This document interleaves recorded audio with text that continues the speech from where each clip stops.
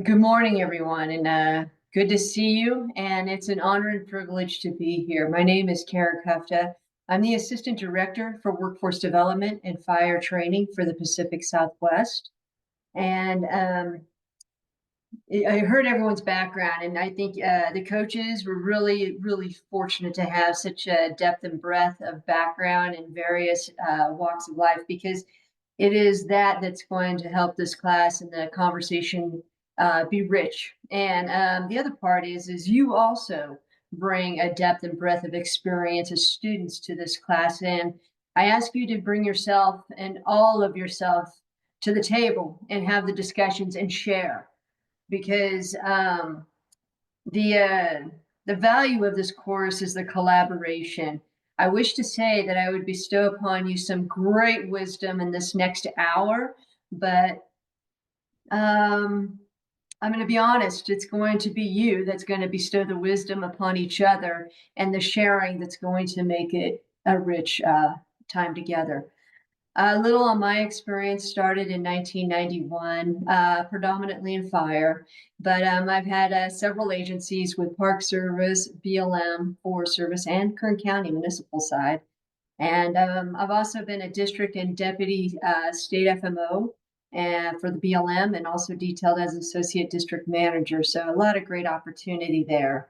And yeah, right now just working as an assistant director in workforce, but it's also, given my background, I'm a bit of a utility player. So I get the opportunity to do a lot of duty officer and run around and support affected units that are experiencing high activity and for long durations, and fatigue is a real thing. So I get the opportunity, and I consider it a privilege to give some people some days off and work within their unit and provide assistance. M581 is my favorite course. It's the only course I will participate and teach in nowadays, mostly because I have such a deep passion for the relationship of everything that Josh Wright was just talking about. The relationship between an FMO and a line officer is significant. And in my career, I've just seen that relationship is, if it's stronger, boy, howdy, we get a lot accomplished. And when there's challenges in that relationship, it shows because it ripples through. So I spent a lot of time with M581 since 2010 because of my deep passion for it. And I've worked in 3 different geographic areas, helping to teach various units. And so again, I do consider it a privilege and honor to be here. So thanks for having me. So I'm going to go ahead and start sharing my screen here. And there we go. And just making sure that you guys can see that. And I'm going to move some things around here. And so at any rate, I just want to explain a little bit of the format of our next hour together. We're going to spend some time with going back and forth quickly to our groups. You have group discussion. We're going to come out, not do a full report. I might pick on a couple, like, hey, it's going to be odd. I'll hit like 3 groups, might put some stuff in chat, do a little presentation. You go back into your groups with a question that you're going to talk about, and then come out. As quickly as you go in and out is how quickly we will continue our collaborative, larger discussions. So at any rate, I'm going to begin, and this will be our first exercise going in and out, is go into your groups in a second, and I want you to talk about or tell the group about a tradition you have with a family or friends or coworkers that makes it a tight-knit group. This could be as simple as every Friday after work, me and my high school buddies, we meet at the bowling alley and we have a bowling team. It could be as simple as that. It doesn't have to be in depth, but what is a tradition that you have with your family or friends or coworkers that makes you a tight-knit group? So right now I'm going to have you go ahead and jump into your groups, and you have 5 minutes, and I want you back out in 5 minutes. Okay, I'm going to go ahead and just start us a little bit. Welcome back. I hope you guys had a few laughs and some little expressive, like, what's a tradition or a culture there. Does I'll leave it up to the group. Is there one or two folks that are willing to share?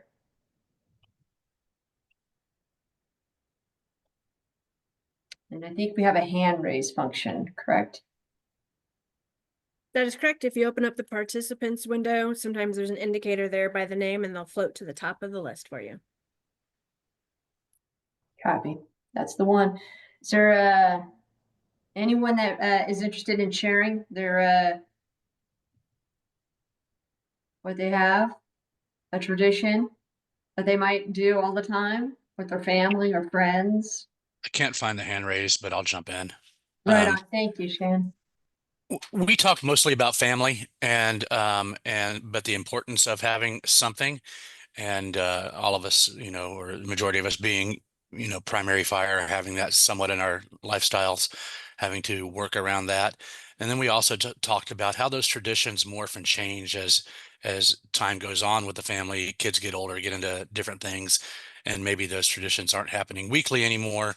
But when you're together, they change some, and as long as you're still doing that stuff to connect. Very cool. Anyone else want to share? Yeah, it's Marlon in Breakout 7. Common theme for our group a lot of time was just because we're on travel, on fire, etc. When we leave, bring back something for the kids, a gift, a surprise of some kind, or for the spouse, just so they know that we're thinking about them. My wife is pretty firm about that. I just go to work and she wants me to come back with a surprise every day. And at our field office here, first Thursday every month, we have breakfast. All the leadership team makes a continental breakfast 1 month. Next month, it's a full breakfast, hot, everything full for all the employees. Helps build that family environment. And we often refer to ourselves as a family here rather than just an office. Oh, you have to send me that address if I'm in the area. That sounds awesome. Do one more. Does anyone want to share one more?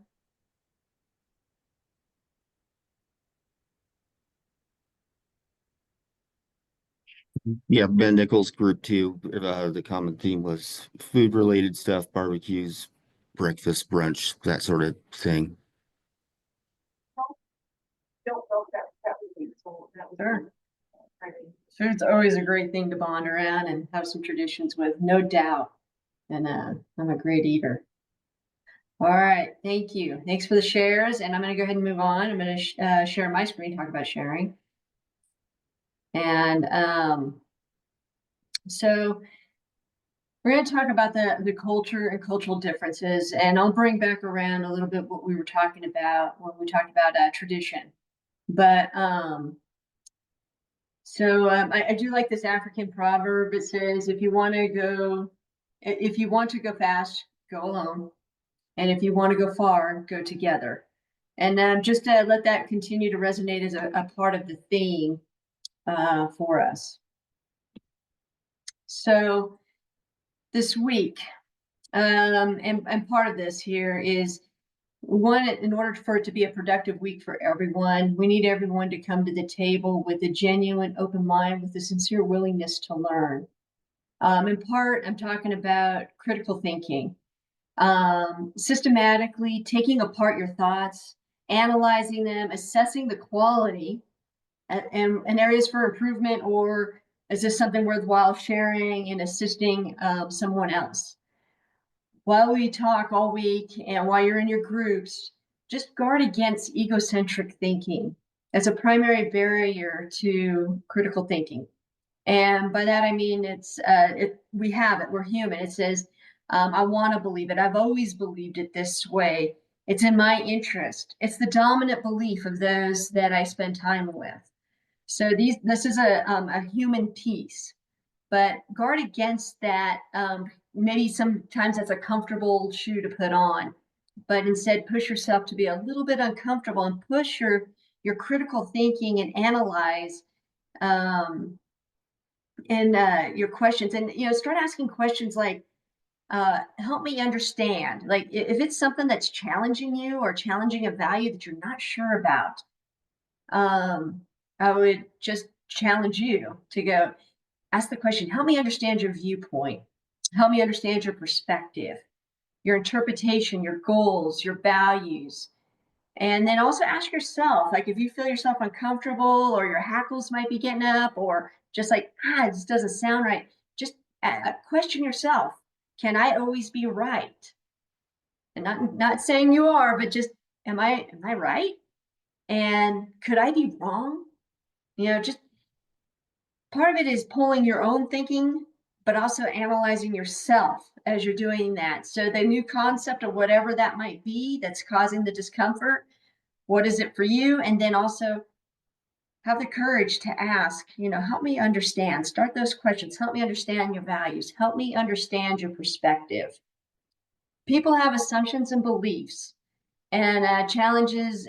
This is what causes us our challenges, is because of our assumptions and our beliefs.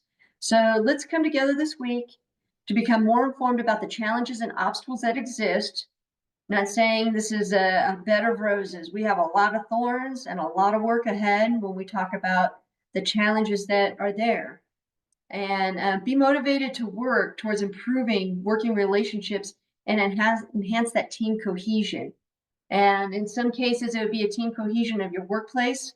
But really where we're focusing is, and again, I really appreciate Josh White's conversation, but the relationship between land management and fire and agency administrator, all those roles and responsibilities and authorities. So I'm going to have you go back into your group. It'll be 5 minutes, but I want you as a group, as a full group, what's 3 things you have in common out of your group, 3 things you have in common. Go ahead and jump now, and I'll see you back here in 5 minutes. We'll call that 8:55, 8:55 my time, so 55 wherever you're at. So go ahead and jump in your groups. 3 things you have in common with your group. All right, we have the majority of folks back. Some folks will still be sliding in, which is totally perfect and natural.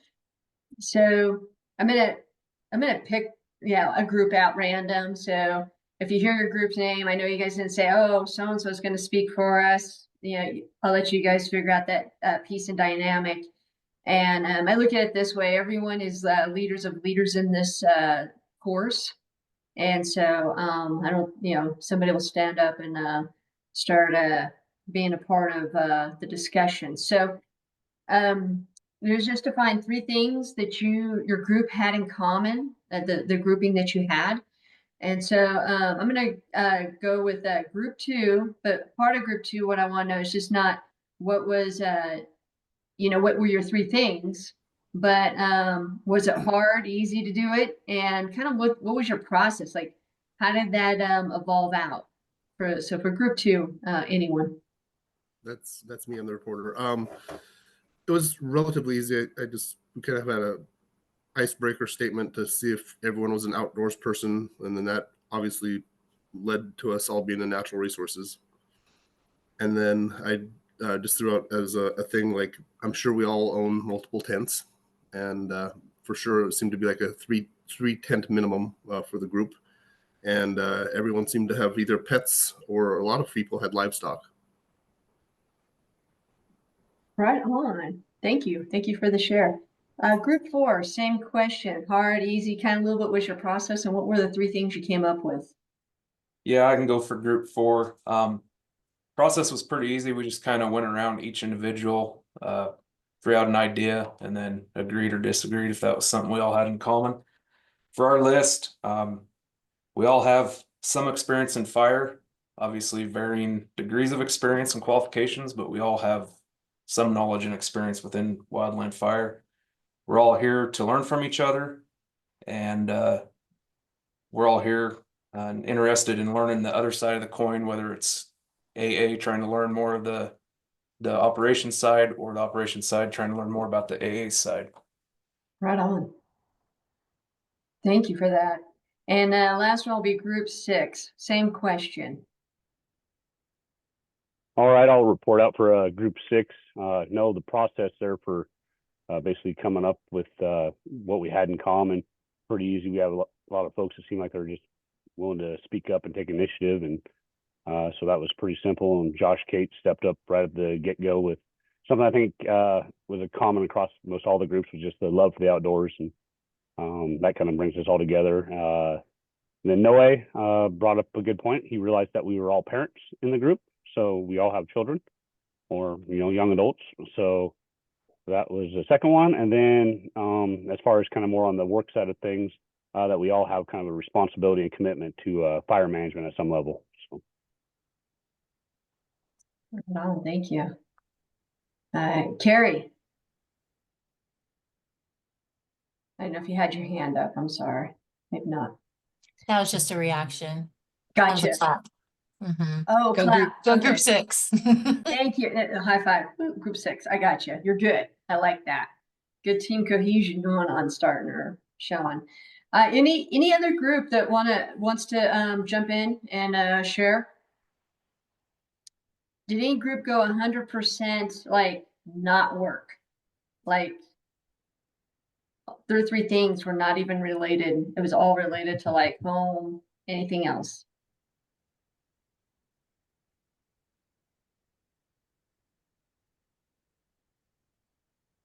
All right. Just thought I'd ask. All righty, let's go ahead and move on here.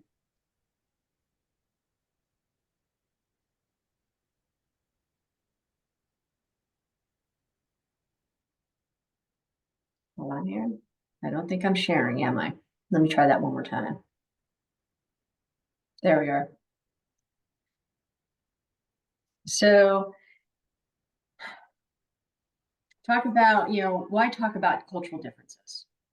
And there's something fundamentally wrong with the strategy that calls for extremely skilled people from different sets or different skill sets to be a team, setting and expecting them to automatically perform in an exceptional manner.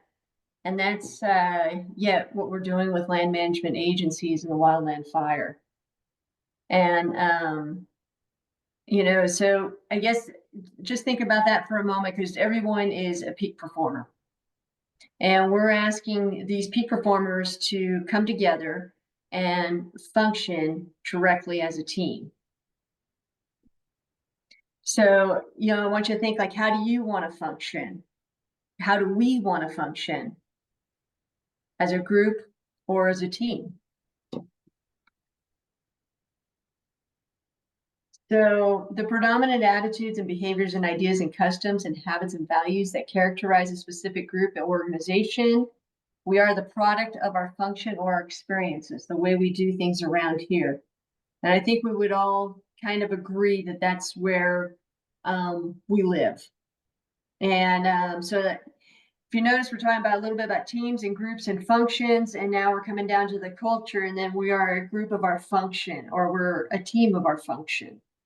And so this is a little bit where we're going to talk about the meats and potatoes and talk a little bit about the land management culture, agency culture, and the fire culture. And we're going to spend a little bit more time as we pop in and out of our groups longer on these discussions as we pop in and out. Those other ones, or those other exercises is talking a little bit about culture and how we recognize we're a little bit different, but yet we're still common.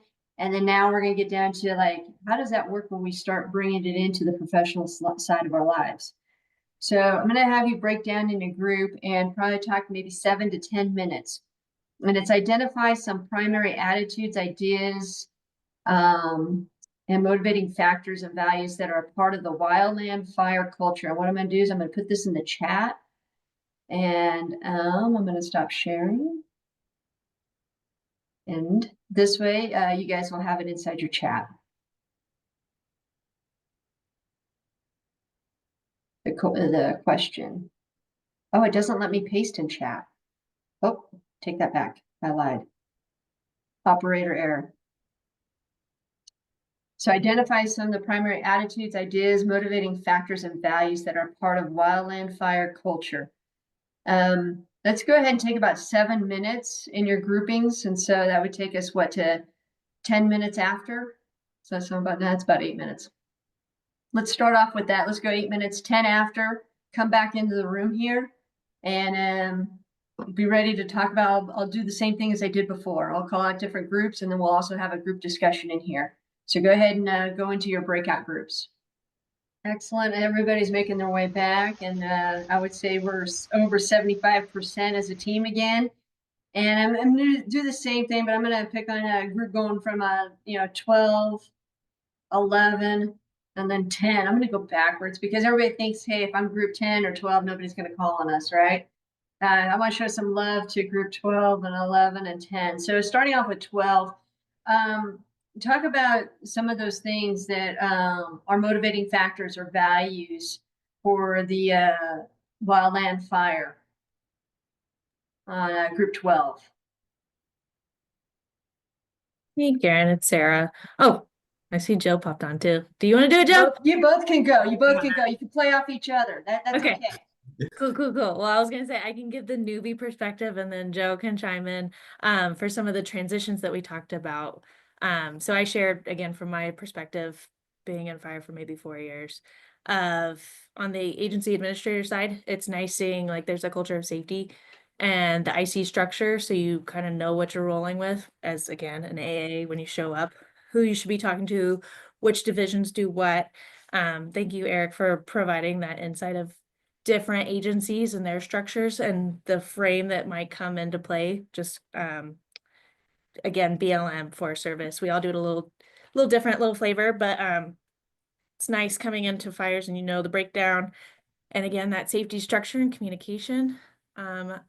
Obviously Joe had been around, so he gave a different perspective. I don't know if he wants to share that. Joe, hey. Yeah, just kind of a perspective that I have on it. Say the people on the ground a lot of times, their main focus is they just want to get things done. Just want to get out there, do the work, get the line in. There's been a major shift over my career on the risk aversion that people have on the ground too. That was kind of, the main thing that I brought up. And then I believe somebody else brought up just, there is a little bit of a difference in culture between, people that have collateral duties and the primary fire personnel, just as far as the way each group is perceived or has that perception of each other. Very good. No, thank you. I'm going to roll over to team 11. What's some of your discussion and values, ideas that you came up with? Absolutely. We focused a lot on things that as a whole we have in common, which is strong work ethic, a lot of fixer-doers, can-do attitude, hold my beer type feeling, a very tight-knit community. And ultimately, everyone's there regardless on if their affiliation is a love of the land. We've also noticed a shift in the culture away from a masculine feel to more of an inclusive environment. And that's something that's really important. But we also addressed that there are some cultural differences, contractor versus agency, state mission versus federal mission. And so there's a little bit in that culture too that has some dissidence. Thank you. Very good. And team 10.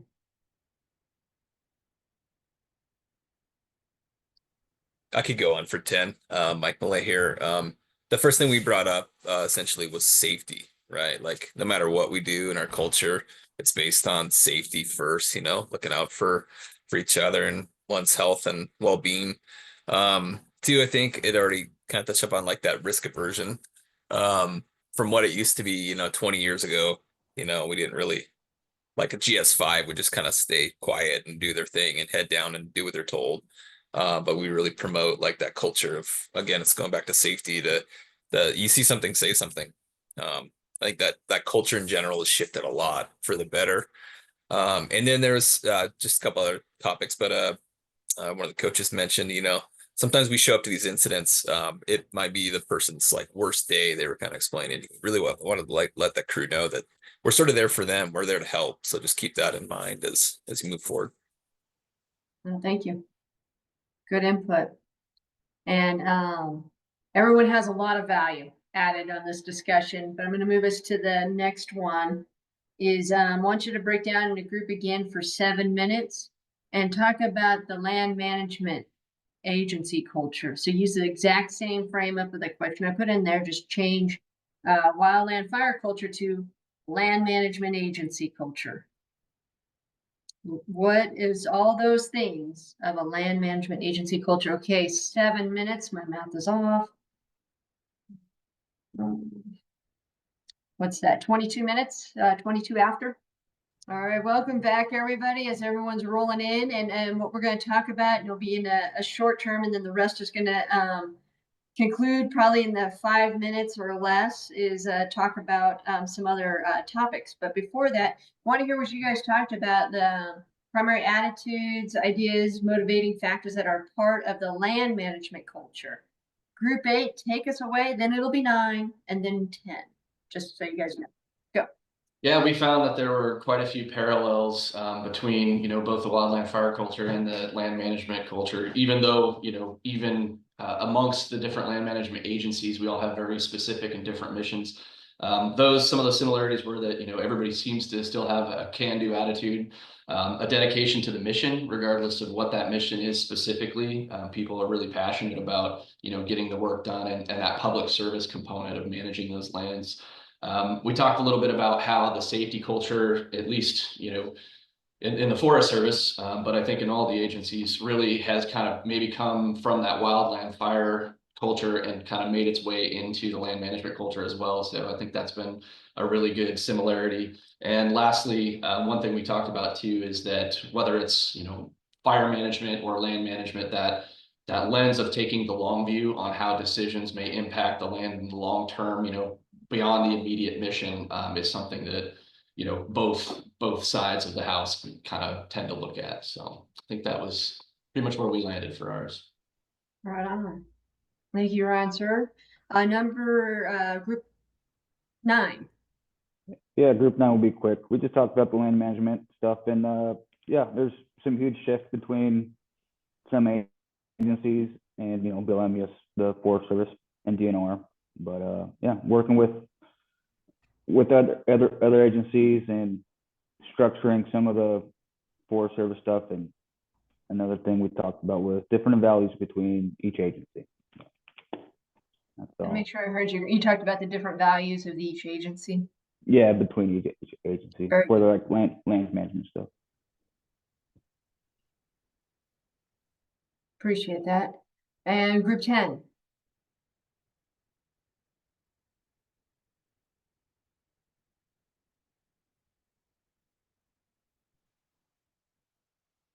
Is your group 10? All right. How about let's try group 7. Oh, are you up for 10? Yeah, sorry, I can go for 10 real quick. One of the values, I thought there was a lot of similarities in both fire and land management cultures. One of the things I thought was important bringing up is like the shift in resource advising from the land management side. I think has really brought in a lot more input from all the resources and different disciplines. And I think what's really key about that is like it ties them into the resource, obviously, in general, but it sort of brings more input toward maybe a FMO standpoint on fire tactics and agency administrator for values at risk, right? And how you might want to, whether you're aggressively attacking a fire or maybe let it burn based on, values at risk sort of identified by the resource folks.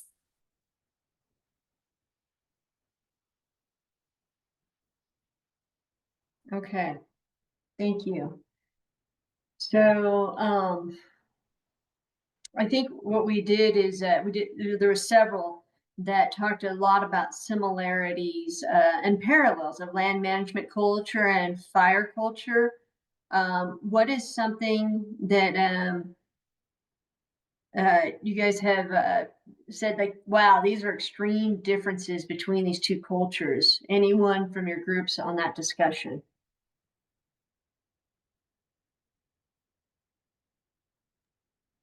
I don't think it was vastly different, but we talked about how, you know, in the fire culture, they're really efficient at building leaders from the bottom up. And I think the land management agencies, at least specifically for the Forest Service, we're starting to do a better job of that. But I don't think we really start with, you know, early employees in their career to really start that leadership development right off the bat. Maybe that's a difference. Yeah, definitely. Go. Yeah, hey, in group 3, we didn't note any sharp differences like that, but I think we were starting to talk about them. We did note that there's oftentimes a really big divide between the fire and non-fire part of the organization. We have someone from state DNR that shared, you know, even the logo is different for fire versus non-fire in DNR. And sometimes in the Forest Service, you're just in different buildings. And honestly, just on all sides, we can work on integration a little better is what we came to. Good. And one more example or discussion that your group might have had, any group that identified maybe a difference.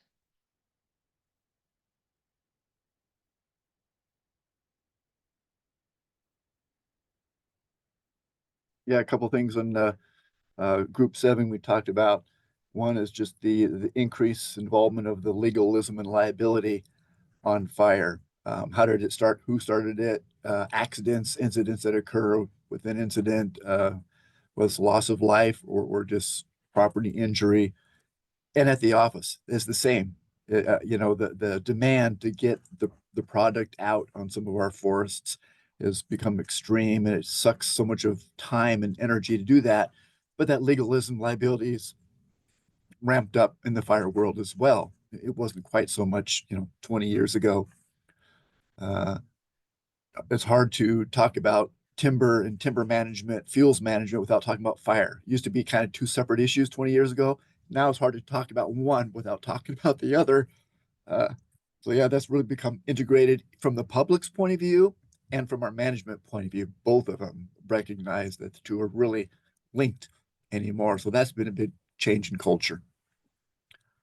Yeah, and the support for just going out on fire, whether it's budget driven or if it's all hands on deck, getting into fire severity earlier in the year, later in the year, longer seasons.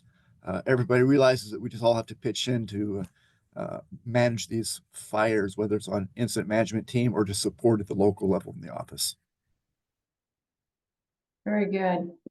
Thank you for that. Thank you for everyone that was that had the courage or was voluntold to step up on camera here and provide. So I'm gonna wrap us up here, talking a little bit about like we have some conflicts. You guys talked about a little bit what's different, and we also talked about some similarities.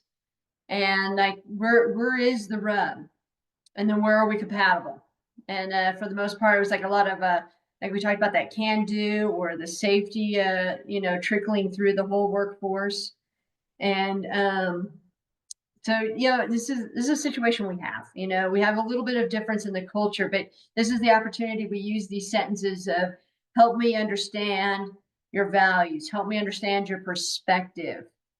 Within my presentation, there are additional slides. They talk more in the leadership and the teamwork and cohesion. I'd encourage you just to take a thumb through and reflect a little bit as you look at those. So I want to close up by saying, you know, we have different backgrounds, we have different traditions, but yet we found 3 things in common. So I'd encourage to minimize your differences and maximize our strengths, and bring your critical thinking game to the table this week. Challenge yourself to be a little uncomfortable and ask good questions. Help me understand your perspective, your interpretation, and share your experiences. Everyone, all of you come to the room, not just your coaches, everyone comes to the room with a background and perspective. So share your experience. Bring all of you to the room this week. Not one person has all the answers, your coaches, this, you know, or the instructors, but that's where we network and make connections and ask those questions. That's a part of the beauty of M581 and getting to know your groups, that if you land in the field on something, go, man, I don't know that, but I have a trusted friend I can ask, or somebody I spend a week with that might have some perspective and help me out with my challenge here. So network. It's been a privilege and honor to spend this morning with you and setting the stage to talk about how to cohesively manage wildland fire on our landscape and working within our organization. Truly appreciate your time today, and I'm really looking forward for you for the week you have ahead of you. You have some really great folks coming ahead. So thank you again, and I'm going to turn it over to, I believe, Eric for the next. Thank you. Very good. Thank you so much, Karen. I always appreciate your insight into fire culture and just culture in general.